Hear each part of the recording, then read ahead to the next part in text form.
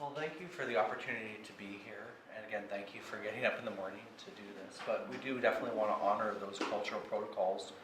And that kind of leads us into the one of the themes of my talk, and I'm sure Kathleen will be talking about this as well, but really the power of the ancestral dead is something that we, as settlers here, have to acknowledge.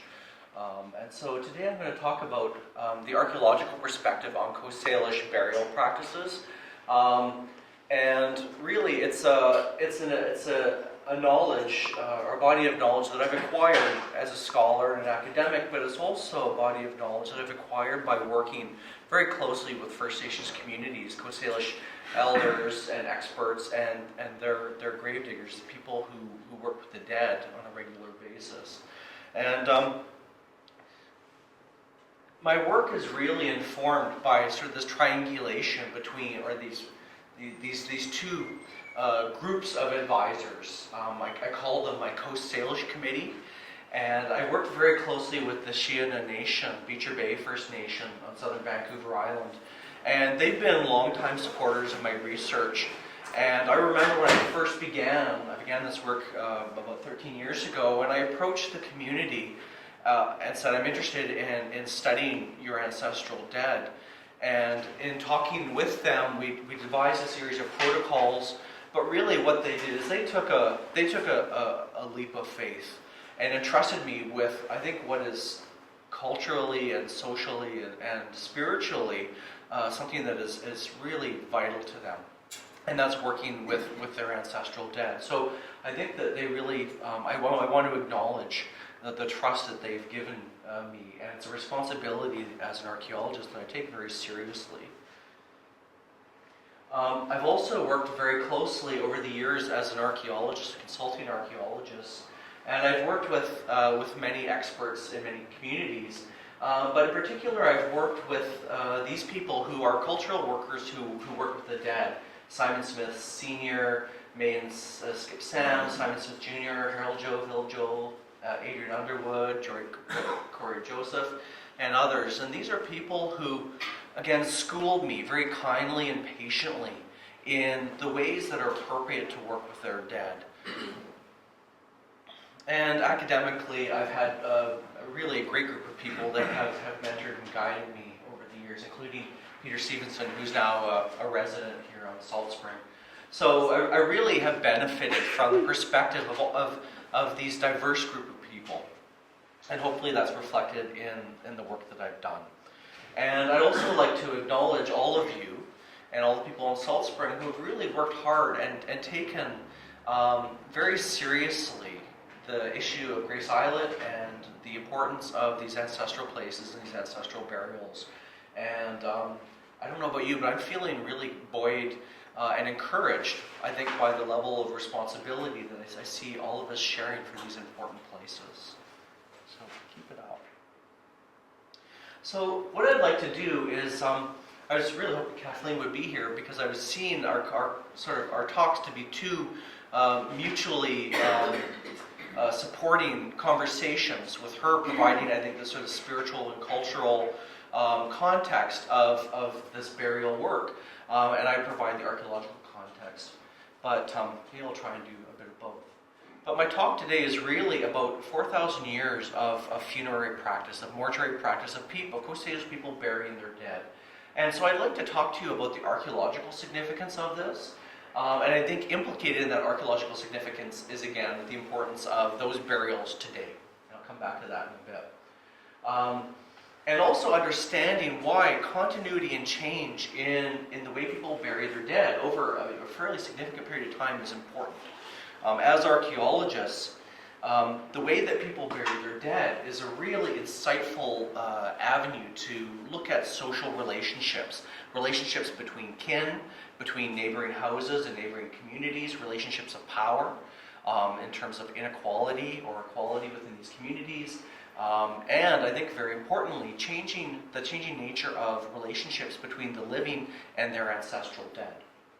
And as we all are aware, burial practices change. We're kind of in the midst of one. Actually, it's been accelerated in the last 80 years. whereas many of you, your parents or your grandparents were buried in a cemetery, below ground. Cremation has become very popular. Now we have green burials becoming a bit of a fad. And so the point is that these transition and burials tell us a lot about the way people relate to place, to their idea of history, and so on. And that really hit home to me a few years ago, wow, more than a few years ago now, when I met my future wife, and on one of our first dates, we were walking, and my friends had said, don't talk about burial cairns, on the first date.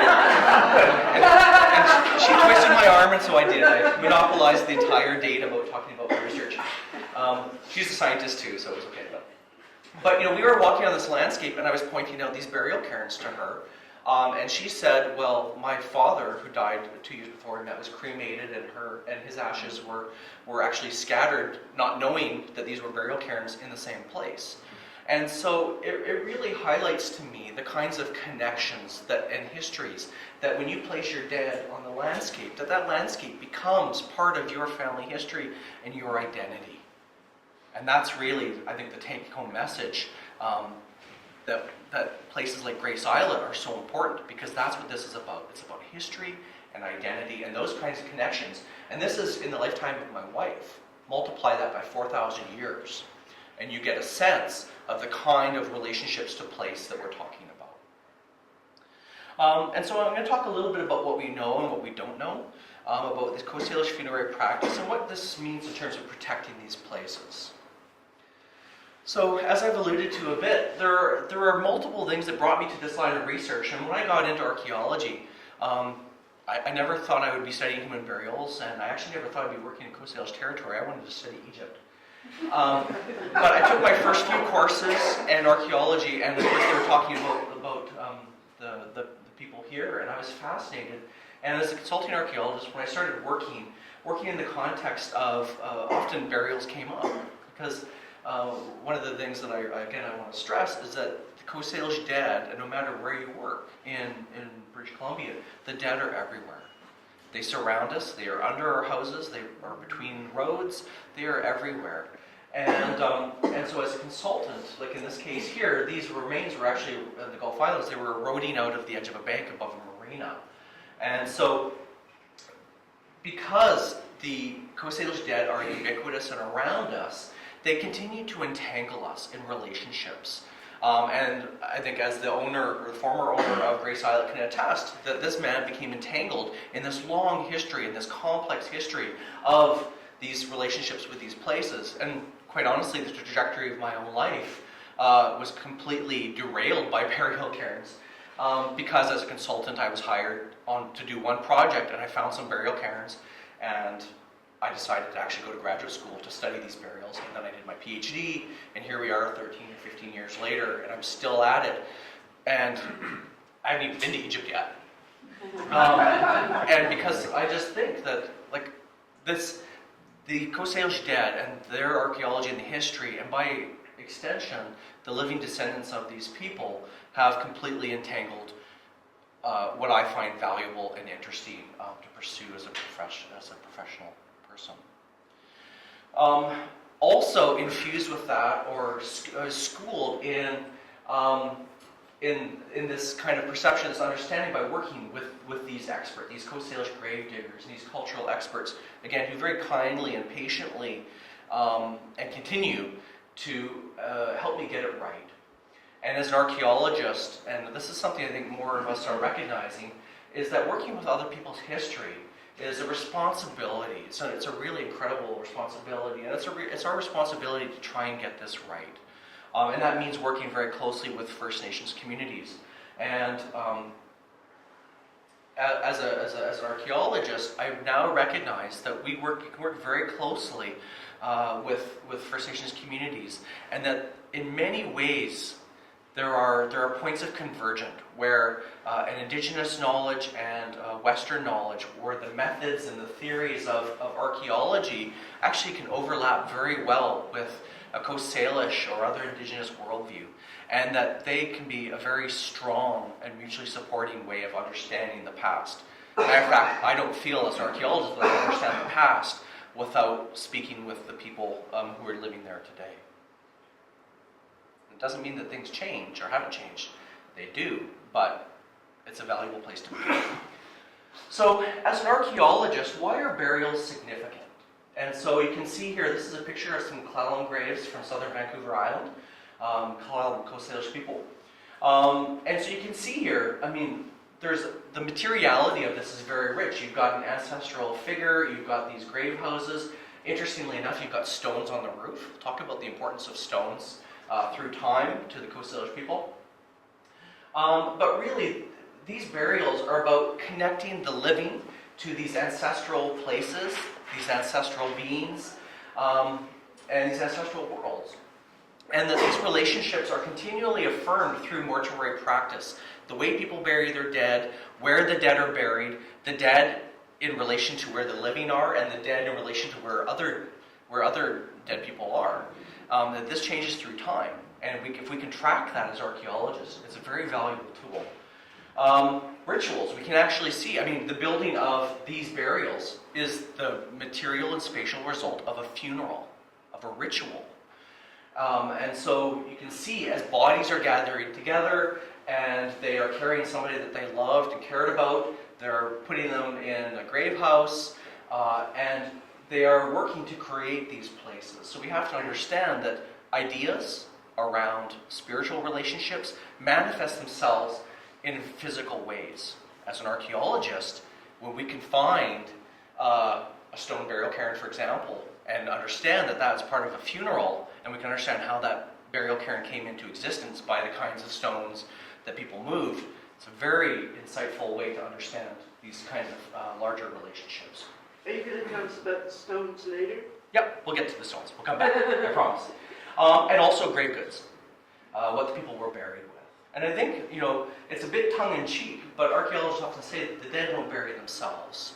And we have to remember that burial practices within the cemetery tell us as much, or maybe even more, about the people who did the burying. That when somebody is buried, there are negotiations behind the scene. And for those of you that have been involved in burying somebody that you love, a mother, father, or spouse, you recognize the social world around that, right? And it seems like relatives come out of the woodwork, and then you're dealing with estates and probate and everything else. This is not something unique to us and this time in our life. The same things were happening back then. So we're going to talk about the way people buried the dead is implicated in these complex kind of social relationships. So, what defines a cemetery? And this is really important, particularly in the concept of Grace Island, as you're well aware. And there are a couple of guiding principles, I think, that can help us steer us towards, I think, what we can conceptualize as a cemetery. And the first is a formal place to bury the dead. They may contain a few burials, 2 or 3. They may contain hundreds of burials. But the point is, as an archaeologist, these burial cairns on the left, which we'll talk more about today, and Ross Bay Cemetery on the right, are the same thing. And they need to be conceptualized as places for the dead. And they are formal places for the dead. And they're places where these relationships between the living and the ancestors are played out through time. And that these cemeteries, they house the dead, but again, they're symbolizing these relationships between people and the people who are buried there, their families and their households and their lineages. Also, cemeteries are places where identities and social status, kinship, and economic relationships are created and reinforced.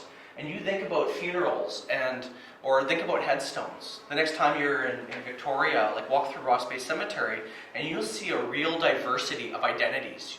Along religious lines, you have Anglicans and the Catholics, the heathen section, where I probably would have been buried 100 years ago. So you have divisions there. You have socioeconomic divisions. Within the Anglicans, you have the rich Anglicans and the poor Anglicans.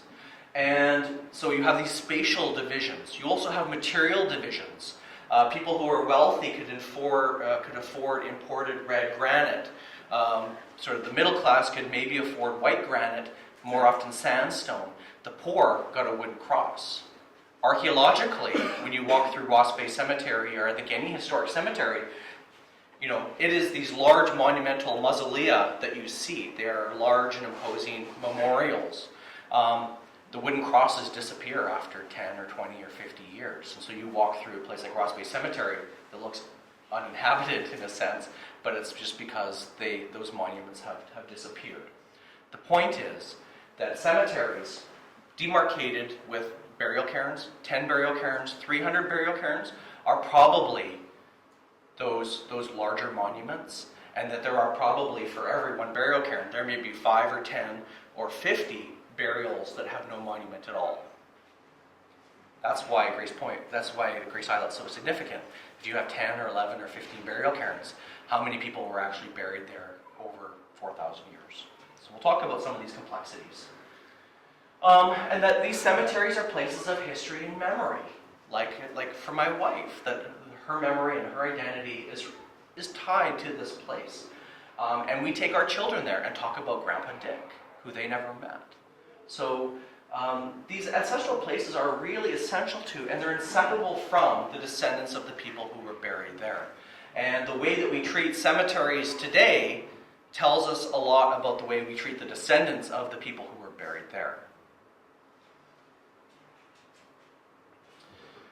I know I'm speaking to a friendly crowd here, so I know you know all this.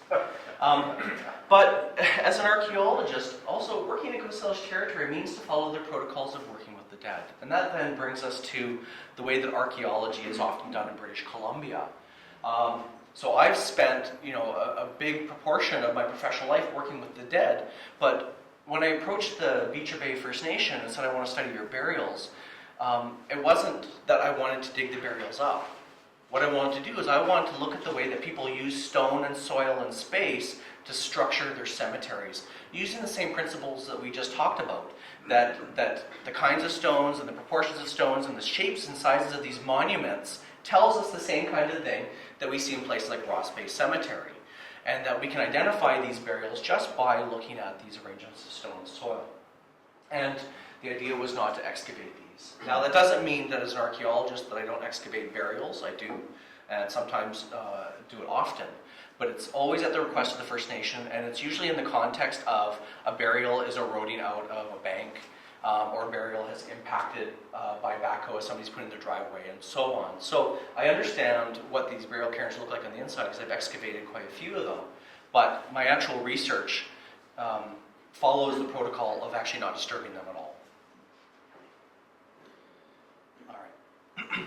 So this little diagram, I think in a nutshell, and it oversimplifies, but it really shows this long sort of temporal transition in Coast Salish funerary ritual through time. And what we see here is with the appearance of shell midden site, and I'm sure you all know what shell midden is, but it's the physical remains of occupation, of inhabitation. Shell, fire-broken rock, house platforms, house posts, and so on. When people start settling in one place and these shell middens begin to accumulate, it becomes a matrix in which the dead are buried. The dead are buried below ground, in a flexed fetal position, and they're buried between the houses. But what we see in this period here, sort of the transitional middle late Pacific period, is the dead transition from being buried below ground to now above ground. And so you have these burials here. These burial cairns are a little bit like an inside-out inhumation, right? The dead now are still buried in the pit below ground, but they now have this monument on top of them. And what's really significant is that for the first time, the dead have a permanent headstone, in a sense. And the dead are moved out of the villages to cemeteries around the edges of the villages of the living. So we have an upward and outward movement of the dead. And this is part of a larger transition that we see along the entire length of the northwest coast. The Coast Salish people did it in their own way by building these burial cairns, but the Tlingit and the Tsimshian had their own ways of doing it as well. And this is really part of a large question in northwest coast archaeology. Why this dramatic transition? And it is pretty dramatic. First of all, at any given time, we know that people were practicing a few different kinds of burial practices. And that tells us something right there, that different groups of people maybe different families, maybe different sort of ranks or classes of people are being buried in different ways. And we know right from the very beginning that we find these inhumation burials and inhumation burials with stones on them. We find these in the archaeological record. They're preserved in shell-midden sites. But the numbers of burials we find are actually probably a very small proportion of the people who were living there. Where's everybody else? And so what we see is, at any given time, there's probably groups of people who we don't know. The majority of people, we don't know where they're buried. So let's begin with the midden inhumation. So between about 4000 BC to about 1200 AD, so a very significant period of time, we see these midden inhumations, these burials, below ground within sections of the house midden. And again, even within this practice, there's a lot of variability. Some people are buried with grave goods, like their combs or spoons or things that were important to them. Some people are buried with some stones on the body. And so we see stones incorporated into these burials over a significant period of time. But again, we're just missing most of the people. And they were probably buried, placed on the ground surface. And a human body on the ground surface lasts for at most 100 years. And so every time we find one of these inhumation burials or burial cairn, like I say, there were many, many more people that were there whose remains are just gone. In my mind, that doesn't diminish the significance of those people, because as archaeologists we do have to be aware that they were there. And so we see stones sometimes incorporated into this, and it appears fairly early, and not very often. Only a small proportion of people actually are buried with some stones. And the stones are often placed on the chest or the head, and these are the seats of what identifies, these are the seats of power of the soul or the spirit of the person. The stones are placed on those parts of the body.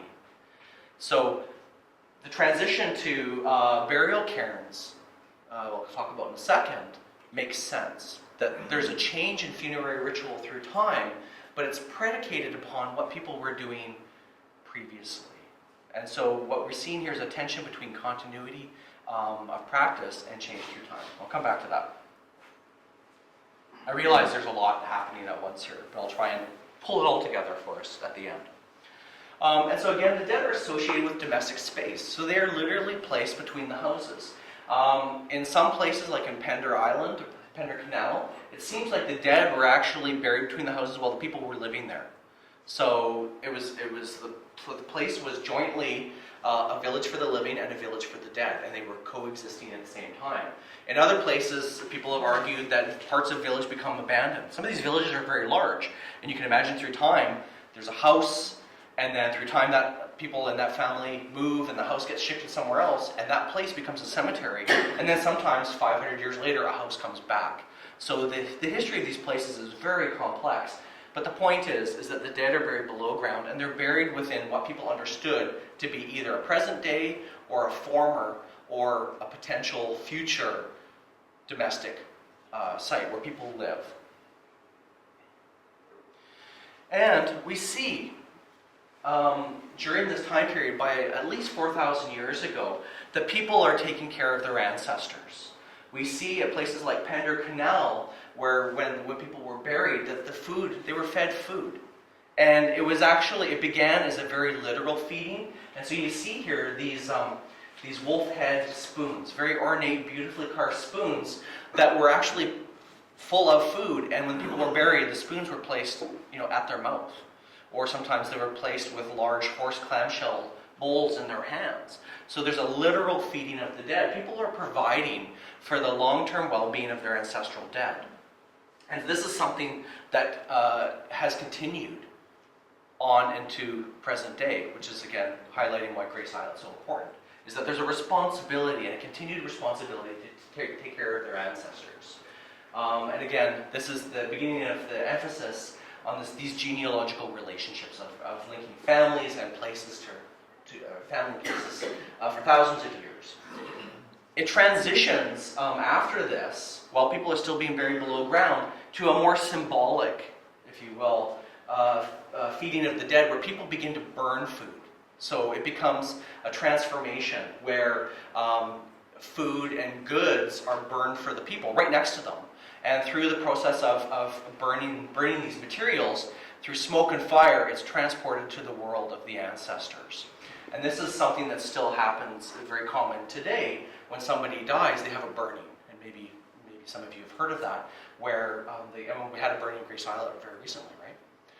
Where people actually are providing through this process of taking care of the ancestors. Stones made bones? Antler. Yeah.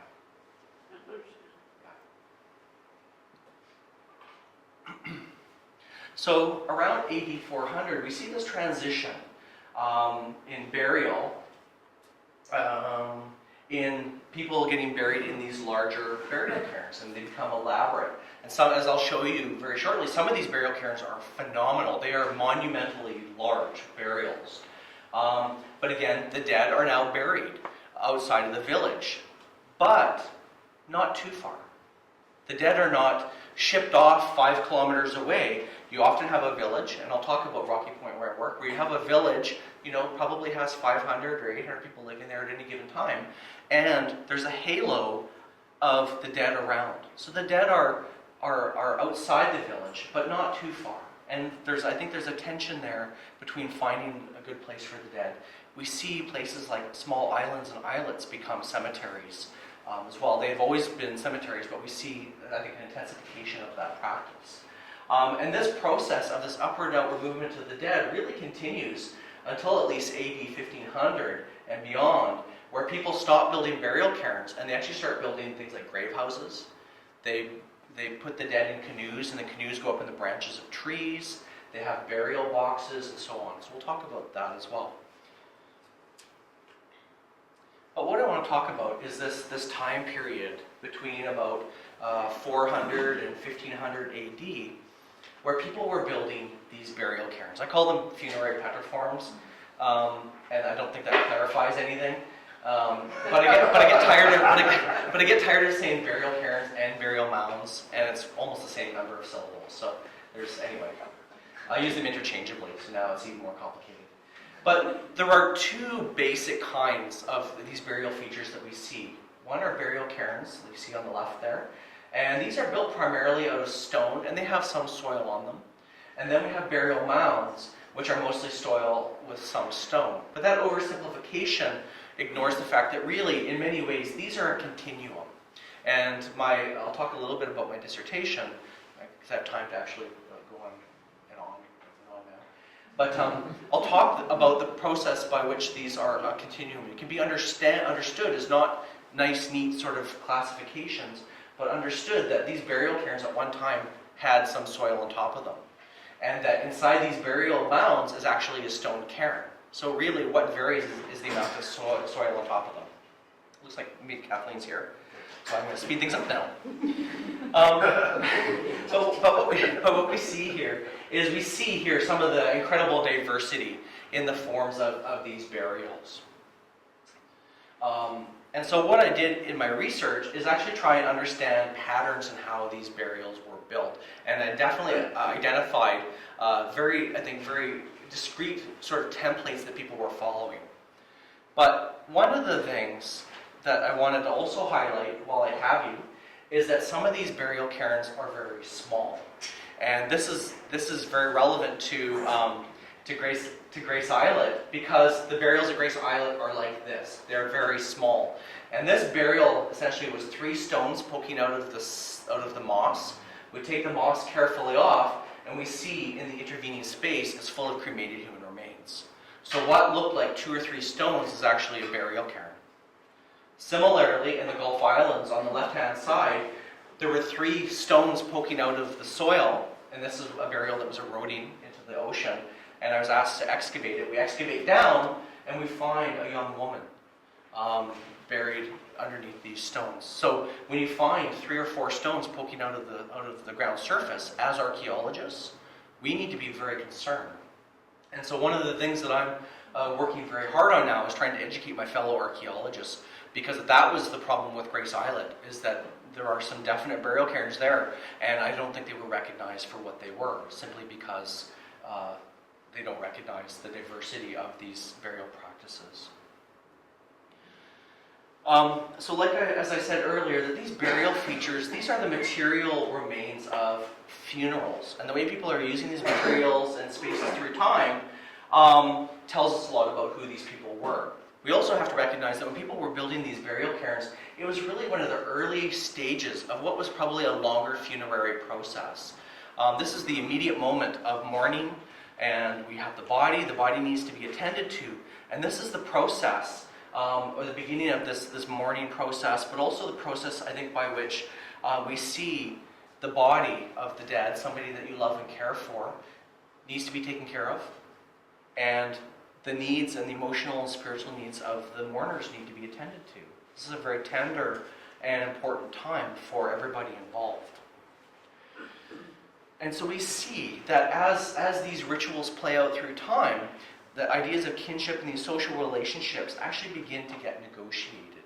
And you have to imagine that when it comes time to build a burial cairn, you have the family involved, you have ritual experts who were involved, because there were classes of people who it was their job to do this, fulfill this.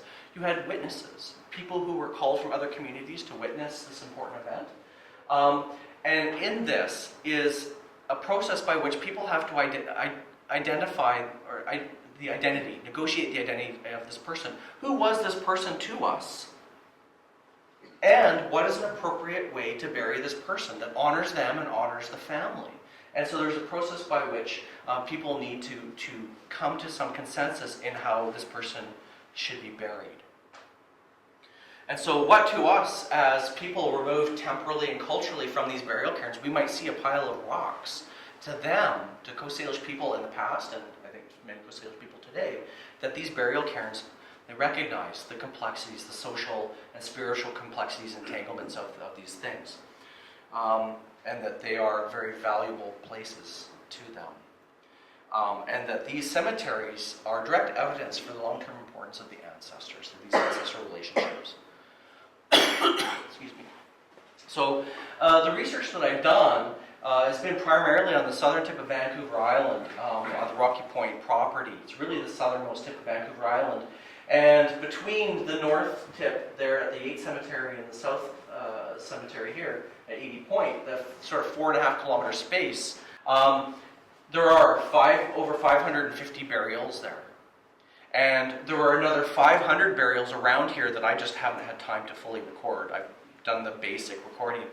So the point is, like, when I started my work, I was concerned that, will I have enough to actually talk about? Here we are 13 or 15 years later, and I think I've really advanced the cause that burial cairns are everywhere and they're much more numerous. I was hired by a federal government agency to look at one of their properties recently, and their archaeologists had identified 20 or so burials. I went and looked in the space of one day, found another 80. Oh. And that's just looking visually. That's not doing any kind of excavation. So the point is, these burials are everywhere. And like I say, I know they're burials because at places like Rocky Point, you see the human remains coming out of them.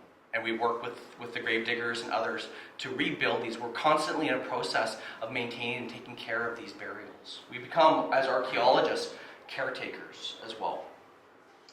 And this is this place, this peninsula, is the lived scale of daily life. Yet at the same time, these people were still engaged, or participants in this larger sort of ritual network, these overlapping social and ritual communities. And so we see people building burial cairns throughout Coast Salish territory, all the way up the Fraser River. So we see some local level indications of group identity. People within these two villages both built burial cairns. There's a village there and a village there, 4.5 kilometers away. They built some of their burials identical to some of the burials that we see in the Fraser Valley, but also there's whole classes of burials that you don't see there that they built here, and vice versa. So at these different scales, people have their own ideas of what is an appropriate way to bury the dead. Yet, simultaneously, there are shared ideas. When we see the conservative kinds of values expressed in the kinds of burials are built, it's the very large burial features that tend to be the most conservative, and the small ones tend to be the most individual. So we'll talk about that. I'm going to fast forward through this a little bit. At Rocky Point, we see two basic kinds of burials.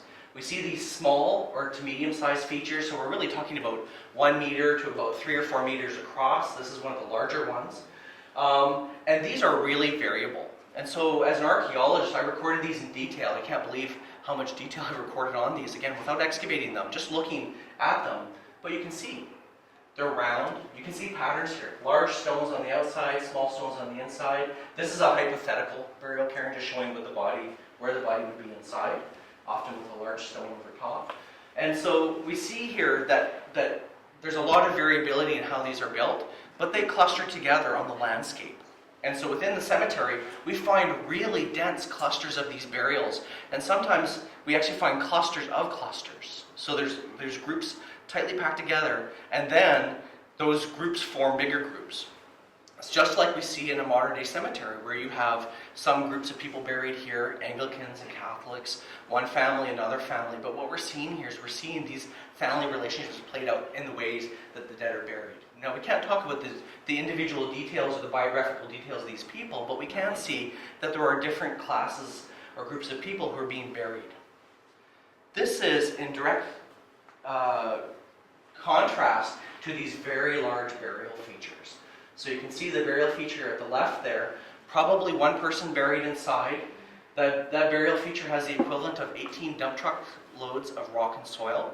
And you have to remember, these were built with people with digging sticks and baskets. So there's a phenomenal amount of work invested in these burials. And while it looks like a dome, it's actually straight-sided. Inside there's probably a rectangular ring of rocks, because we see that in burials that have been excavated elsewhere in earlier times. And you can actually see this burial feature, when you map it out, you can actually see the corners of that sort of rectangular structure poking out inside as the burial has settled through time. And you can see that there's sort of a trench around the outside where people have taken soil and put soil on top. But again, these are very conservative in form. You don't find many of these burial features throughout the region, but when you find them in the Fraser Valley, or you find them north of here, or at this site, they're all almost carbon copies of one another. So there are very few of them, but they're very conservative in form. So these large burial mounds, they're quantitatively different, and I'm not going to bore you with the details of, like Chris would probably be interested, but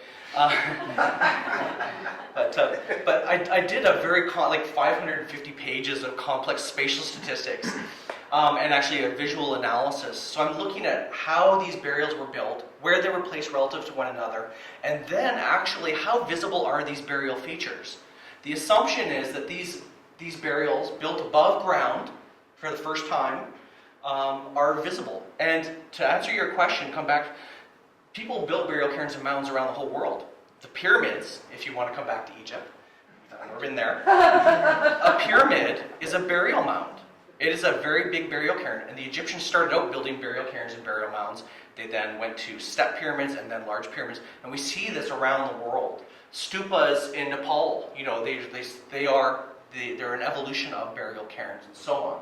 So the point is that in many places, and the Vikings built burial cairns and mounds, but when the Vikings built them, for example, or people in Neolithic Europe, when they built these, they built them in the most visible, pronounced places. You can see these things for miles and miles. I actually did what's called a viewshed analysis to sort of compute how visible these features are, and something surprised me. That you have these large features that are very different in terms of how they're built, where they are built. They seem to be isolated. They repel other burial features statistically. Whenever you get a big burial feature like this, the little ones are always at a distance, and even other big ones. The little ones all cluster together. The big ones push people away.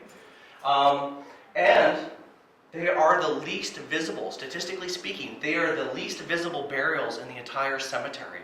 So you have a paradox. Why build the biggest burials in the places where they're least likely to be seen by people in their day-to-day context of going on to and fro in their lives?